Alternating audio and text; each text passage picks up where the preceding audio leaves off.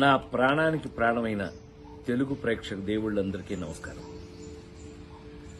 మొన్న Robin Hood pre release ఈవెంట్లో అనుకోకుండా డేవిడ్ వార్నర్ మీద నా నోట్లోంచి ఒక మాట దొర్లింది.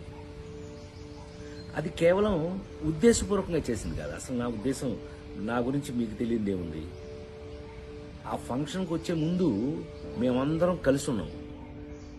ఎంత అల్లరి చేశాము అని అంటే గనక, నితిన్ని అతన్ని మీరంతా నాకు పిల్లలు లాంటి వాళ్ళు అన్న అంటే గట్టిగా వాటేసుకుని, నేను మెదకుండా ఉండకుండా, నువ్వు యాక్టింగ్ చేస్తున్నావు కదా, నువ్వు యాక్టింగ్లోకి రా, నీ సంగతి చెప్తానన్నా. అంటే అతను అన్నాడు, మీరు క్రికెట్లోకి రండి, మీ సంగతి చెప్తానన్నాడు. ఇలా మ్యాక్సిమం అల్లరి చేసాము. అల్లరి చేసి ఆ ఫంక్షన్కి వచ్చాము. ఏది ఏమైనా I love David Warner. I love his cricket.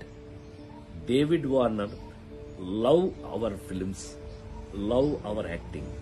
So మేము, నాకు తెలిసి ఒకళ్ళకి ఒకళ్ళు బాగా క్లోజ్ అయిపోయాం.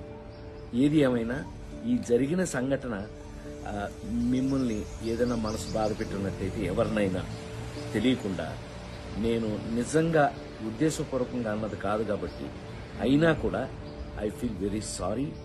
నేను మీ అందరికీ సారీ చెప్తున్నాను. అలాంటిది ఇంకెప్పుడు జరగకుండా చూసుకుందాం. కానీ 28వ తారీఖున రాబిన్హుడ్ సినిమా మాత్రం తప్పకుండా చూడండి, మా అందరి కోసం.